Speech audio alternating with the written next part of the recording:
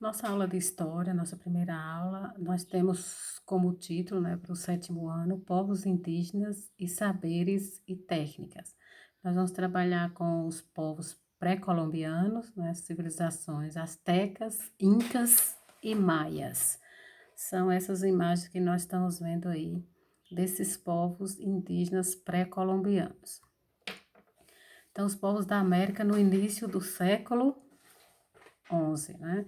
Então, nós estamos vendo o mapa, a legenda, principais grupos étnicos, nós estamos vendo o Lilás, grupo Esquimó, Aleustino, o vermelho mais claro, grupo Nadene, o verde, Siocos Dakota, o vermelho escuro, Iroqueses, o amarelo, grupo Aloquino, o Acaxe, o rosa escuro, grupo Uto Astecas, o vermelho Maias, o verde mais escuro, grupo Aruac, o lilás, grupo Xibeca, Xibecha,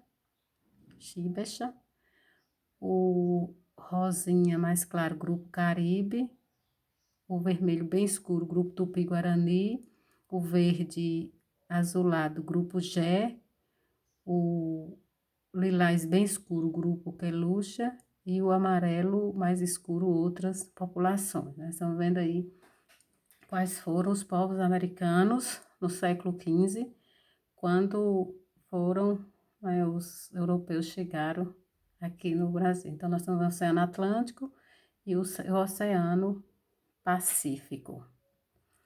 Então, vamos trabalhar com os povos ameríndios, né? Então, América, índios da América.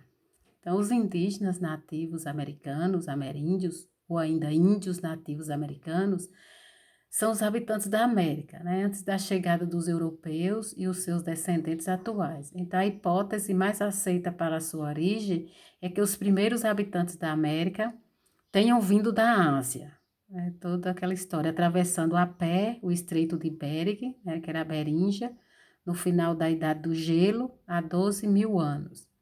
O termo índio provém do fato de que Cristóvão Colombo, quando chegou à América, estava convencido de que tinha chegado à Índia, haja vista que o gentílico espanhol para a pessoa nativa da Índia é índio, né? Então, por isso que eles deram esse nome.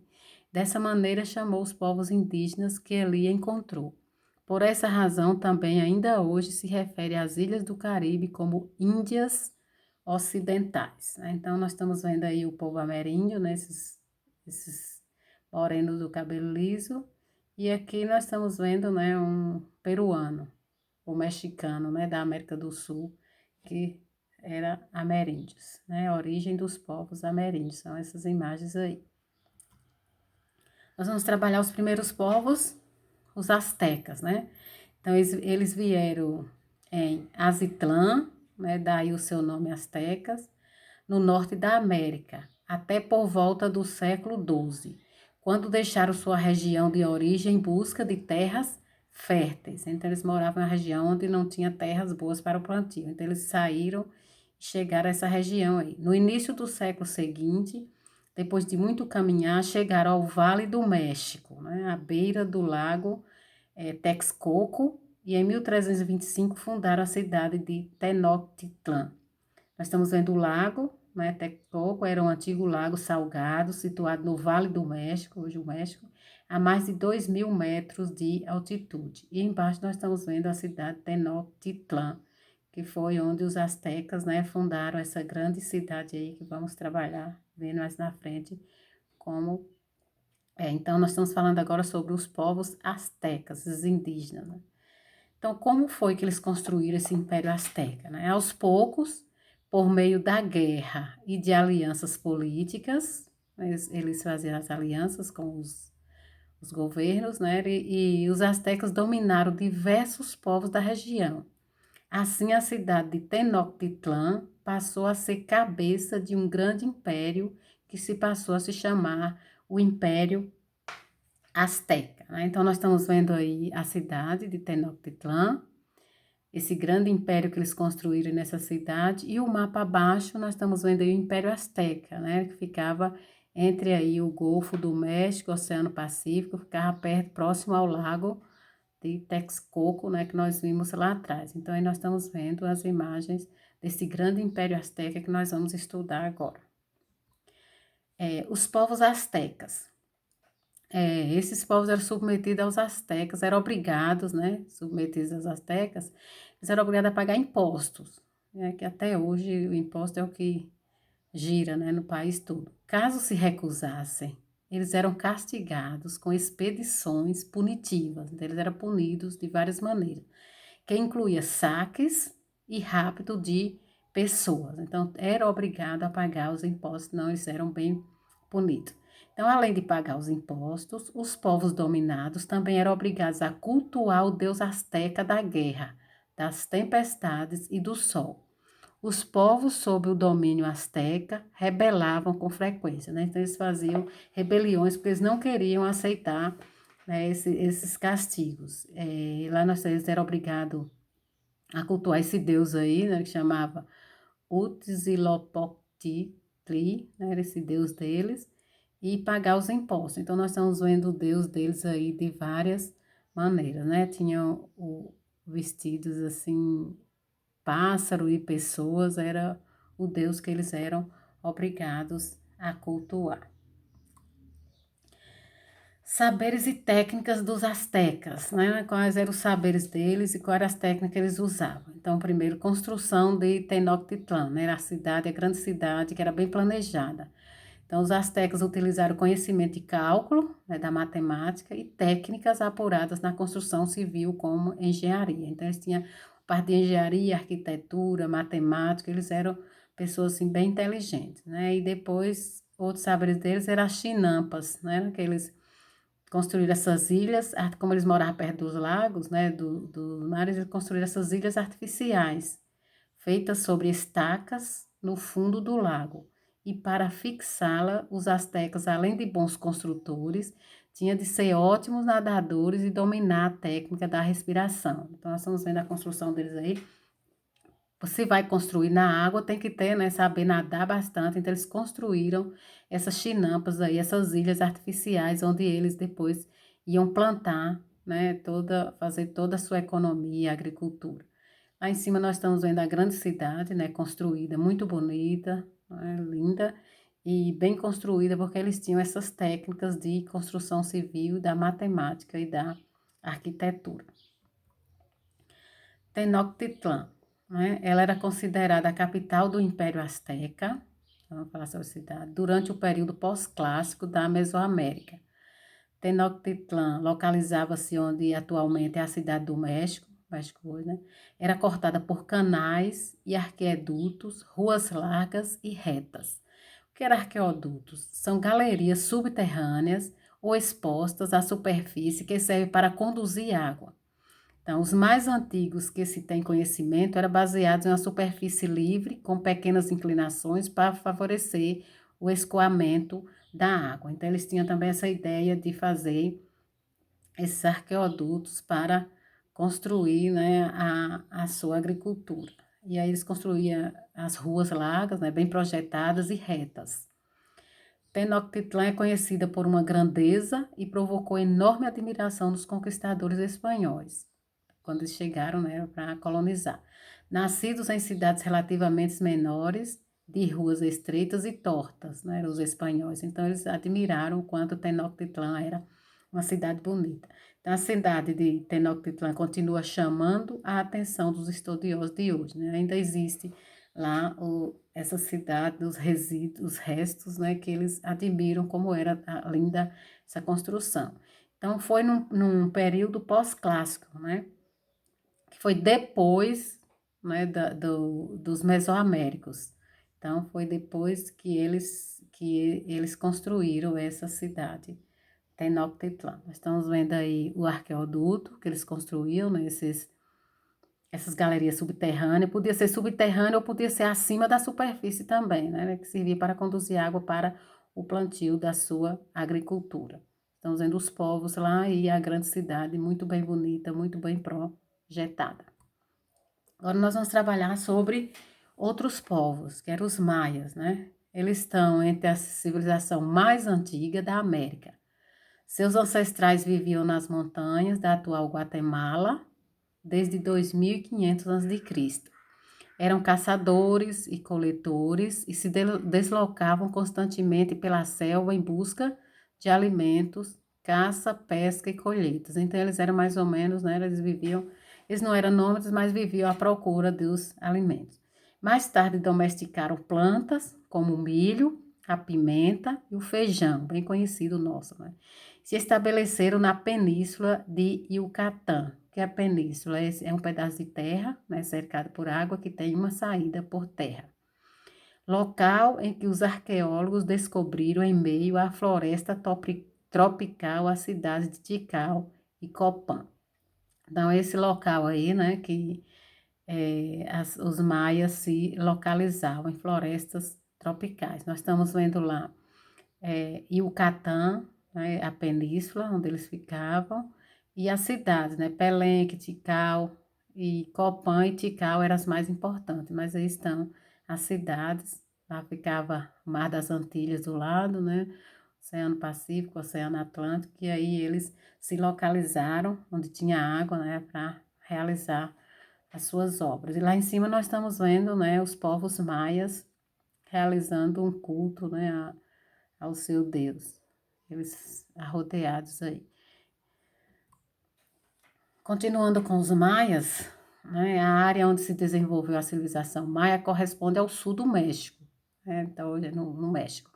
Atual, quase toda a Guatemala, parte do El Salvador, parte de Honduras e Belize.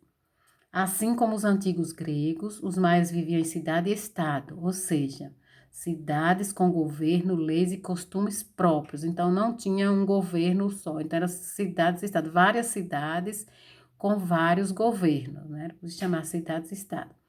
Em caso de guerra contra um inimigo comum, as cidades maias se organizavam em confederações, mas nunca chegaram a construir um império, a exemplo dos astecas e dos incas. Nós trabalhamos lá sobre os astecas, o Império Azteca, né, que eles conseguiram conquistar, mas os maias não fizeram império. Então, eles tinham várias cidades, chamadas cidades-estados, e ali cada um tinha o seu governo. E quando precisava de guerra, guerrear, eles se reuniam para lutar. Nós estamos vendo ali o Golfo do México, né? A civilização maia, lá onde fica, bem no centro, aí, onde fica Guatemala, Belize, Honduras, Salvador, e ali ficava o México, também no sul do México, e aí ficava a cidade dos maias, né? Lá embaixo nós estamos vendo eles com suas agriculturas, né? Trabalham o seu trabalho na agricultura. Como era a sociedade maia? A sociedade maia era hierarquizada, quer dizer, a elite era formada por nobres e sacerdotes, né, lá em cima.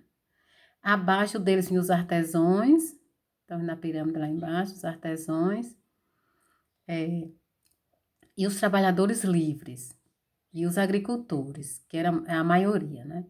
Depois vinham os nobres e os sacerdotes, ajudavam o governo máximo de cada cidade a dirigi-la, né? Eles ajudavam Ele tinha o título religioso, né, de Unac Seel, o rei lá que nós estamos vendo, e era visto pelo povo como representantes dos deuses. Nós estamos vendo ele lá, o rei, né, Unac Seel. Quando fala numa cidade hierarquizada, quer dizer que ele tinha o poder que baseia na relação entre superiores e dependentes, né? Então, tinha o chefe que era o superior e os trabalhadores dependentes, por isso que era hierarquizada. E aí está a pirâmide, né, de todos, o rei e todos os que vinham abaixo do rei, até chegar nos camponeses, nos escravos que eram trabalhadores. Continuando com a sociedade maia, vinham os camponeses, né, nós falamos, acreditava que para conseguir boas colheitas tinha de pagar imposto, né, eles ainda acreditavam a esse governo. Nós vimos lá atrás o Naxeel, que ele era o sagrado. Então, os impostos eram pagos com parte do que eles produziam e com trabalhos gratuitos para o governo, né, como reparo e construções de estrada. Então, eles pagavam imposto desse jeito. Nós estamos vendo o mapa, a civilização maia, geralmente tinha muita água, né? Eles construía suas cidades onde existia água. E lá embaixo nós estamos vendo também eles construindo, trabalhando, né, na agricultura, no artesanato, agricultura, na construção. Aí é o mapa da civilização maia. Como era a economia maia? De que eles viviam, né? Principalmente da agricultura, assim como os astecas, lá atrás nós vimos. Tinha grande importância na vida dos maias. A maioria deles vivia no campo, onde cultivava feijão, abóbora, algodão, cacau, abacate e milho. E o milho era a base de sua alimentação, né? Eles comiam milho assado, cozido ou na forma de farinha. Aí os camponeses cavavam canais para irrigar as pequenas mudas de milho, uma vez que o terreno era seco devido ao sol constante na região. Isso pode ser deduzido pela vegetação nativa que crescia pelo milharal, o cacto, tipo dos solos áridos, né? O nosso solo aqui, que demora de chover e resseca, né? E tem muitos cactos, então esse solo também deveria ser parecido com o nosso aqui. Estamos vendo o milho, a batata, né, o que eles cultivavam ali, o abacate, o cacau. Embaixo, né, o milho, que eles adoravam muito o milho, né, era cozido, fazia farinha. E lá nós estamos vendo a plantação do milharal. Saberes e técnicas maias, né? Quais eram os saberes deles, quais eram as técnicas que eles usavam para as suas construções. Eles trabalhavam com as pirâmides, que eram as grandes e sofisticadas construções maias, e o deslocamento de enormes blocos de pedras revela seus conhecimentos de engenharia e cálculo. Nós vimos que o povo pré-colombiano, eles tinham inteligência, né, na construção civil, na matemática. Então, essas pirâmides serviam de esteio. Esteio é um suporte, uma escora, uma estaca, né, para segurar. Então, para esse esteio era para os templos religiosos, os quais se chegavam por meio de uma escadaria íngreme, né, inclinada, muito complicada para subir e descer. Então, algumas pirâmides, como Tikal, estamos vendo aí, tinha mais de 60 metros de altura, né, era enorme. Eles construíam tranquilamente, né? Muitas cidades maias surgiram em torno dos centros cerimoniais. Então, essas pirâmides eram centros cerimoniais e vocês estão vendo aí do lado, né, ao redor, as construções das moradias dos povos maias, geralmente ao redor dessas pirâmides religiosas. Nós vamos trabalhar agora como os incas. Trabalhamos os astecas, os maias, agora outros indígenas, os incas, né? Acredita-se que enquanto caminhava à procura de terras, né, férteis, eles sempre procuravam terras férteis para plantar, para sobreviver. Então, os incas chegaram ao interior da Cordilheira dos Andes por volta do século XIII. Por quê? O que é cordilheira?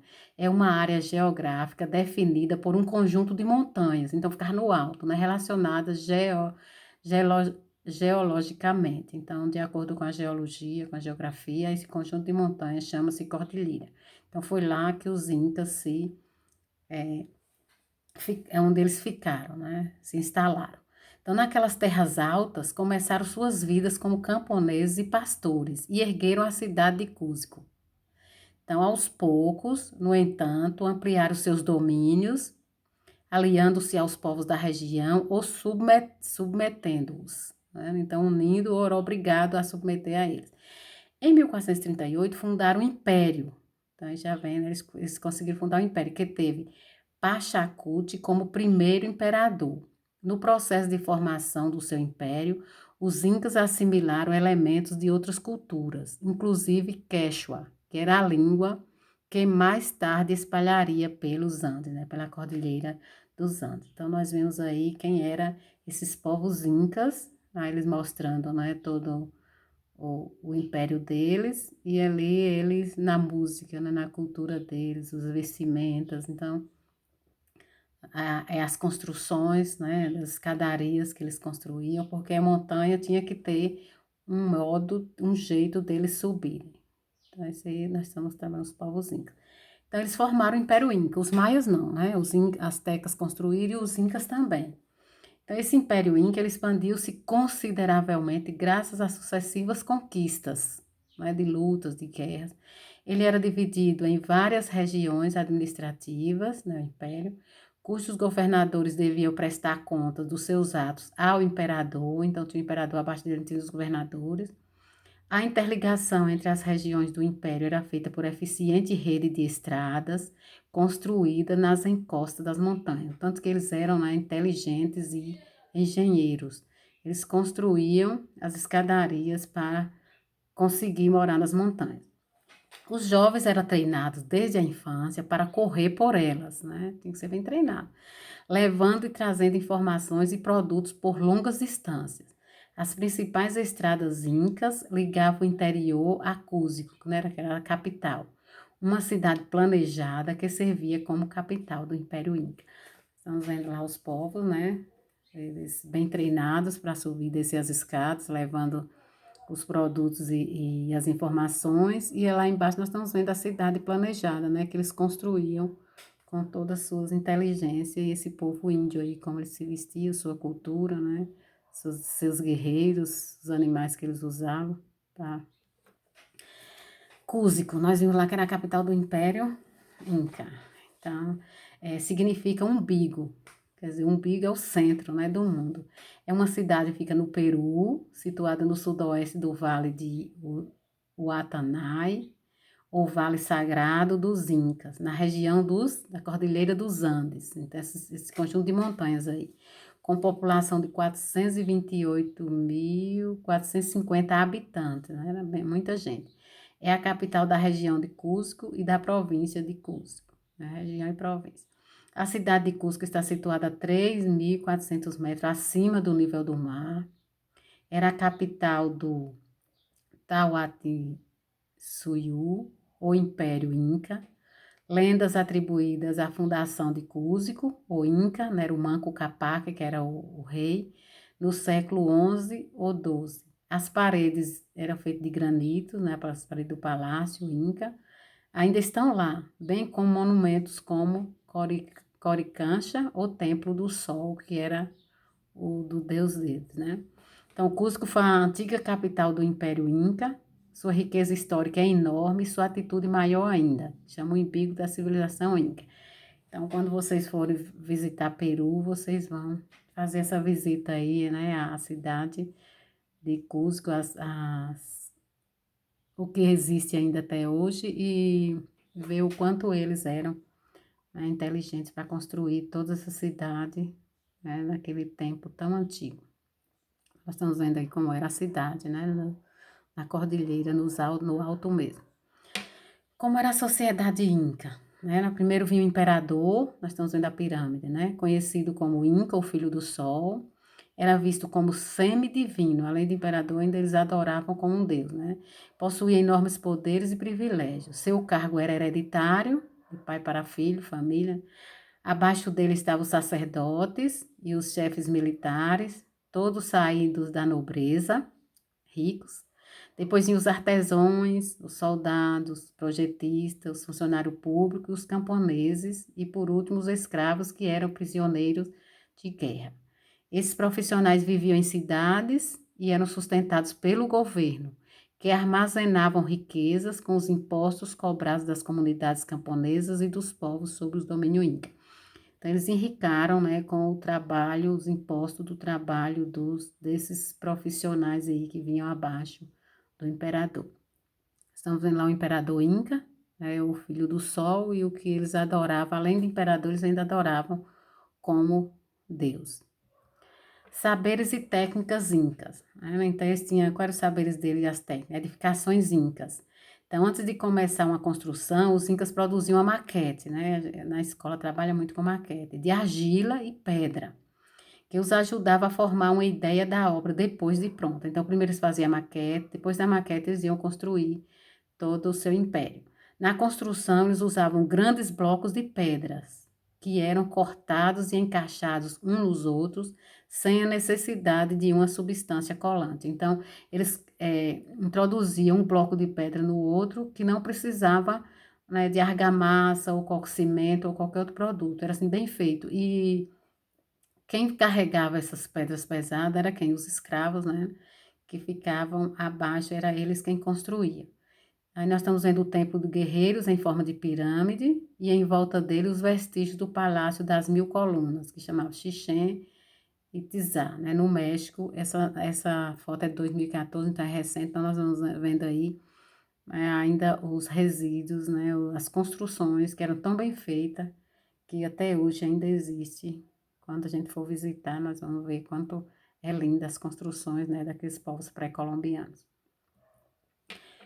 Saberes também técnicos dos incas ainda. Então, outra cidade foi Machu Picchu, né? Hoje, quem for visitar lá o sul, né, ver essas construções, né? Foi ao lado de Cusco, né, a capital dos incas, e um dos dois mais importantes centros urbanos da antiga civilização inca. Então, foi Cusco e Machu Picchu, né? Em Machu Picchu existem edificações em que se pode ver o modo de organização dos bairros de uma cidade inca.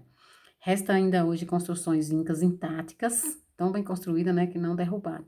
E um número grande de vestígios delas em cidades como Cusco, Lima e Quito, né? Peru e Equador, né? Então, as capitais Peru, Lima, Equador, Quito. A maquete era uma representação em escala reduzida de uma obra de arquitetura ou engenharia a ser executada. É toda medida, né? Toda bem construída a maquete para depois construir a cidade. Nós estamos vendo aí Machu Picchu, né? A cidade, quem quiser ir visitar, está lá, Peru. Machu Picchu, né? Machu Picchu, ficou trocada ali. É uma cadeia inca, é uma cidade inca que fica no alto da Cordilheira dos Andes, né? Esse conjunto de montanhas aí. Fica no Peru, acima do vale do rio Urubamba. Construída no século XV e posteriormente abandonada. Ela é conhecida pelas sofisticadas muralhas de pedra contínuas, cujos imensos blocos foram unidos, sem o uso de argamassa, tá vendo? Só colocando um no outro, pelas construções intrigantes que levam em conta o alinhamento dos astros e pelas vistas panorâmicas. Muito lindo.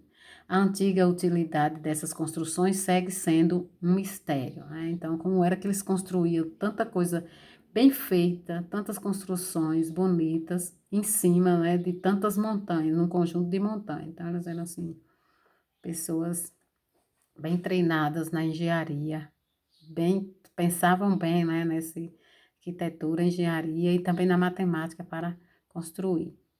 Muito lindo mesmo as imagens aí de Machu Picchu. Técnica dos incas. Como era que eles usavam, né? Eles eram habitados nas regiões montanhosas e os incas desenvolveram uma técnica agrícola que consistia em construir terraços na forma de uma imensa escada para a prática da agricultura, que chamava sistema de terraços. Então, nos degraus mais altos, eles faziam esses terraços. Nos degraus mais altos, eles cultivavam espécies de vegetais resistentes ao frio, como a batata. No meio, cultivavam o milho, a abóbora e o feijão. E nos mais baixos, eles semeavam as árvores frutíferas, né? Eu vejo o quanto eles pensavam mesmo no planejamento até mesmo da agricultura. Além das cidades, das construções das casas, eles ainda pensavam, né? Eles agiam de modo bem inteligente com a economia deles. Com isso, conseguiram colheitas variadas e fartas o ano inteiro. Então, eles não passavam fome, né? Quando acabava um, tinha outro. Os incas se dedicavam também ao pastoreio, criavam, né, a ilhama, o ilhama e o alpaca, que eram animais usados nos transportes, dos quais obtinha lã e leite. Então, nós estamos vendo a imagem do alpaca e do ilhama, que era criado, né, como pastoreio. E a segunda imagem, nós estamos vendo aí o projeto deles na agricultura. Então, o alto, o meio e o baixo, onde ele fazia todas as plantações para não ficarem faltando durante o ano. Então, durante o ano todo, eles tinham o alimento para não passar fome, né? E além de tudo, a gente tinha o leite e a lã, porque lá faz frio, montanha faz muito frio, tinha que ter a lã para fazer suas vestimentas. Trabalhos impostos, né, desse povo aí, dos incas. Os camponeses constituíam a maioria da população, cada aldeia era formada por um conjunto de famílias camponesas unidas por laços de parentescos, que recebia o nome de ailo, e o chefe do ailo era o curaca. Aí nós vimos, né, que era um conjunto de família, tudo parente. A terra de cada áureo era dividida em 3 partes. Uma para o imperador, uma para os deuses, controlado pelos sacerdotes, né, que controlavam essa terra, e outra para as famílias camponesas. Como Deus era invisível, quem cuidava das terras era o sacerdote. E por último, as famílias camponesas também tinham uma parte da terra. Além de trabalhar todas as terras, os camponeses tinham de prestar serviço gratuito ao Estado, né? Plantando, construindo ou reformando. Esta obrigação tinha o nome de mita. Era o imposto que eles pagavam através, né, do trabalho gratuito para o Estado. Lá nós estamos vendo, né, eles trabalhando. Embaixo nós estamos vendo aí um Inca, o índio, parte indígena, né? Agora nós vamos trabalhar, né, os tupis, nossos brasileiros índios. Quando Pedro Álvares Cabral aqui chegou, havia milhões de indígenas agrupados em mais de 1.000 povos falantes cerca de 1.300 línguas. Incrível, né? Boa parte dessas línguas pertencia ao tronco tupi. Tronco era o centro, né, da língua. Calcula-se que na época a população tupi era de 1 milhão de pessoas. Os povos tupis tinham uma origem comum à atual, na floresta amazônica, no nosso Brasil. Suas casas eram ruidosas e movimentadas, né? Era muito barulho. Suas aldeias eram grandes, se comparadas da Amazônia atual. Por volta de 1500 a.C., eles começaram a se expandir. É depois de eles começaram a se expandir depois de Cristo. Uma parte deles caminhou pelo interior em direção ao sul. Outra parte até a foz do rio Amazonas e depois avançou pelo litoral no sentido norte e sul. Então, vocês viram aí o tanto que eles andaram, né? Toda a Amazônia, de norte a sul, eles andaram, né, à procura de conviver aí com essa área amazônica. Nós estamos vendo o indígena, Pedro Álvares Cabral, e a chegada dele ali com todas as embarcações e os indígenas ao redor. Os tupis praticavam a agricultura, né, a economia deles, com destaque para o cultivo da mandioca, planta que foi descoberta e domesticada por eles. Interessante, né? Eles mesmos plantaram, eles mesmos descobriram, eles mesmos domesticaram como fazer, trabalhar com essa planta. Para completar sua dieta, né, eles ainda caçavam, pescavam e coletavam o produto da floresta, porque viver só da mandioca não dava, né? Tinha que ter um pouco da carne também, do peixe e das frutas. Entre os grupos tupis que habitavam o litoral estavam os tupinambás, né, que era do grupo tupi, do tronco tupi, da área onde é hoje o Rio de Janeiro, e os tupiniquins, que tinham suas aldeias onde hoje é Porto Seguro, na Bahia. Então, nós tínhamos vendo esses tipos de indígenas aqui do Brasil. Tupi, tupinambás e tupiniquins. Cada um tinha seu local. Amazonas, Rio de Janeiro, Porto Seguro, na Bahia. Estamos vendo ele fazendo a mandioca e eles lá na floresta vão caçar. Técnicas e saberes tupis. Né? Nós estamos vendo que os objetos que contam sua história, né? Eram os mantos indígenas, dos saberes dele. Foram confeccionados pelos tupinambás, grupo falante da língua tupi, que habitava o litoral brasileiro. São confeccionados com fibras naturais, que chamavam embira, que eram várias árvores e arbustos que ocorrem no Brasil. Com esses arbustos é que eles construíam esses mantos. E também a pena de guará, árvore de plumagem vermelha do litoral do norte brasileiro.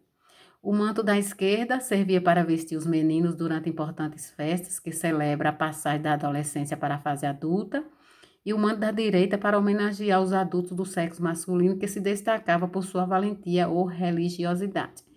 Os tupinambás nos deixaram 6 exemplares de mantos, todos conservados em museus que estão na Europa. Nós estamos vendo aí os mantos, né? 2 tipos de mantos que eles construíram nos suas técnicas e saberes. Então, aqui fica a nossa aula. Muito obrigada pela atenção, né? Que esse tempo difícil de isolamento nos ensine o valor de um abraço, de um simples aperto de mão. E um bom dia com carinho. Agradeço a todos vocês. Que fica as referências, né? Além do livro, tirei mais umas referências. E muito obrigada. Espero que tenha adquirido conhecimentos bastante, né? Para o conteúdo de hoje.